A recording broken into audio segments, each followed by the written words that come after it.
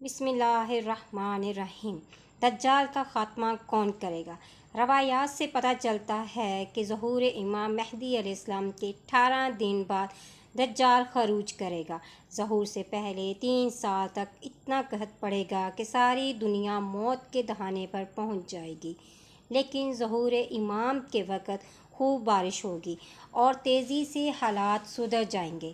اچانک دجال کا خروج کا غلغلہ اٹھے گا۔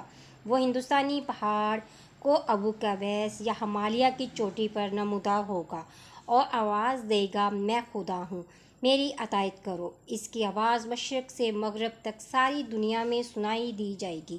پھر وہ 3 دن یا بروایت 40 دن اس پہاڑ میں مقیم رہ کر ایک عظیم لشکر تیار کرے گا، جنوں، دیوزادوں اور شیطانوں پر مشتمل۔ اس کے لشکر کی تعداد 70 لاکھ ہوگی۔ دجال ایک گدھے پر سوار ہوگا جس کا بالا حصہ سرخ، ہاتھ پاؤں سیاہ اور سم سفید ہوں گے۔ اس کے دونوں کانوں کے درمیان 40 میل کا فاصلہ ہوگا۔ یہ 90 میل لمبا، 21 میل اونچا ہوگا۔ اس کے کانوں میں ایک خلقت کثیر ہوگی۔ اس کے دائیں جانب ایک پہاڑ ساتھ ساتھ چلے گا جس میں نہریں، میوہ جات اور خوبصورت عورتیں ہوں گی۔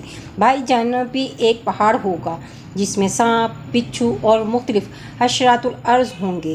اسی سے وہ لوگوں کو بہکائے گا اور کہے گا، جو میری اطاعت کریں گے میں اسے جنت میں رکھوں گا، اور میری نافرمانی کرے گا اسے میں دوزخ میں ڈال دوں گا۔ 40 دن تک دنیا کا چکر لگا کر کوفہ پہنچے گا۔ امام اپنے جانثاروں کے ساتھ اس سے برسر پیکار ہوں گے۔ جمعے کے دن لد کے مقام پر مارا جائے گا۔ ایک روایت میں ہے، حضرت عیسیٰ بحکم امام دجال کو قتل کریں گے۔